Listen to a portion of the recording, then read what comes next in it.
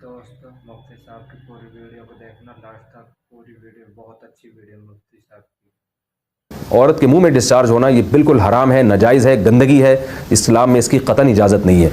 और अगर उन अइम्मा का मज़हब लिया जाए जो मनी को पाक समझते हैं, इसलिए मैं ये अर्ज़ कर रहा हूँ कि बाज़ हज़रात ने इस पे फतवा दिया है कि ये चूँकि पाक है लिहाजा अगर यानी कोई शख्स मुंह में भी डिस्चार्ज हो जाए तो ये भी जायज़ है। ये 100% गलत फतवा है, इसलिए कि जो हज़रात इसको पाक कहते हैं वो भी इसको ख़बाइस में दाखिल करते हैं, हराम चीज़ों में दाखिल करते हैं। इसका खाना या इसका मुँह में डालना वो भी जायज़ नहीं कहते, तो इस लिहाज से भी ये नाजायज़ है और बहुत सारी बीमारियों का ज़रिया भी है। दूसरा मसला ये है कि अगर कोई डिस्चार्ज नहीं होता ओरल सेक्स के ज़रिए तो उसका शरई हुक्म क्या है?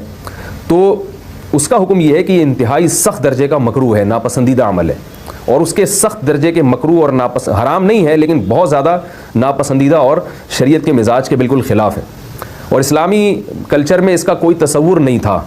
यही वजह है कि फ़ुक़हा किराम के यहाँ इस चीज़ का तज़किरा बहुत ही महदूद पैमाने पर मिलता है। ये इसकी अलामत है कि मुसलमान मुआशरा इस चीज़ से बिल्कुल भी वाकिफ़ नहीं था कि ये क्या होता है। तो ये चीज़ गैरों से आई है, गैर मुस्लिमों से हमारे मुआशरे में जो उनकी मूवीज़ देख देख के, फोश फिल्में देख देख के नौजवानों में इस चीज़ ने सरायत किया, वरना ये इंसान तभी तौर पर इस अमल से बहुत ज़्यादा नफ़रत करता है। कोई भी शरीफ़ुत्तबा आदमी ज़हनी तौर पर इसके लिए तैयार नहीं होगा।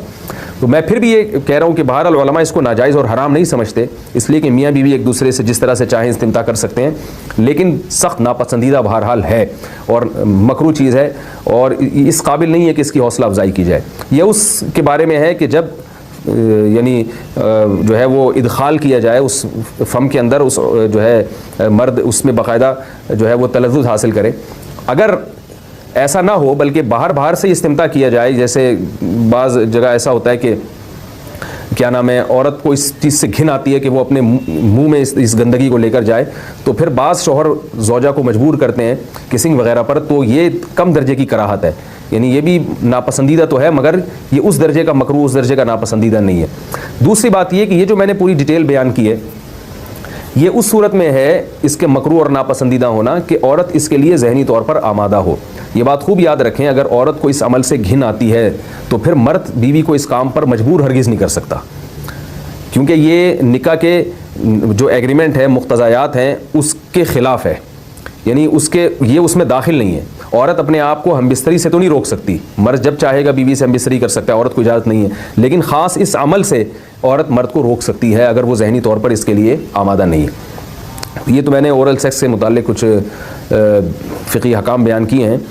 दूसरी बात ये, इसका भी मसाइल पूछे जाते हैं कि बाज़ मर्द अपनी ज़ौजा को मजबूर करते हैं गैर फितरी तरीक़े से हमबिस्तरी करने पर, पिछले रास्ते पर हमबिस्तरी करने पर। तो ये बात याद रखें कि ऐसी सूरत में औरत पर असल हुक्म यही है कि वो ऐसे मर्द से तलाक़ ले ले और उसको अपने करीब ना आने दे, क्योंकि इसमें नुकसान ये होता है कि अगर औरत इस काम की मर्द को इजाज़त दे दे तो कुछ वक्त के बाद उसकी अपनी नेचर तब्दील हो जाती है, अपनी फितरत बदल जाती है और उसे इस गैर फितरी काम में लذत आना शुरू हो जाती है। तो अपने आप को गंदगी से बचाना ये बहुत ज़रूरी है।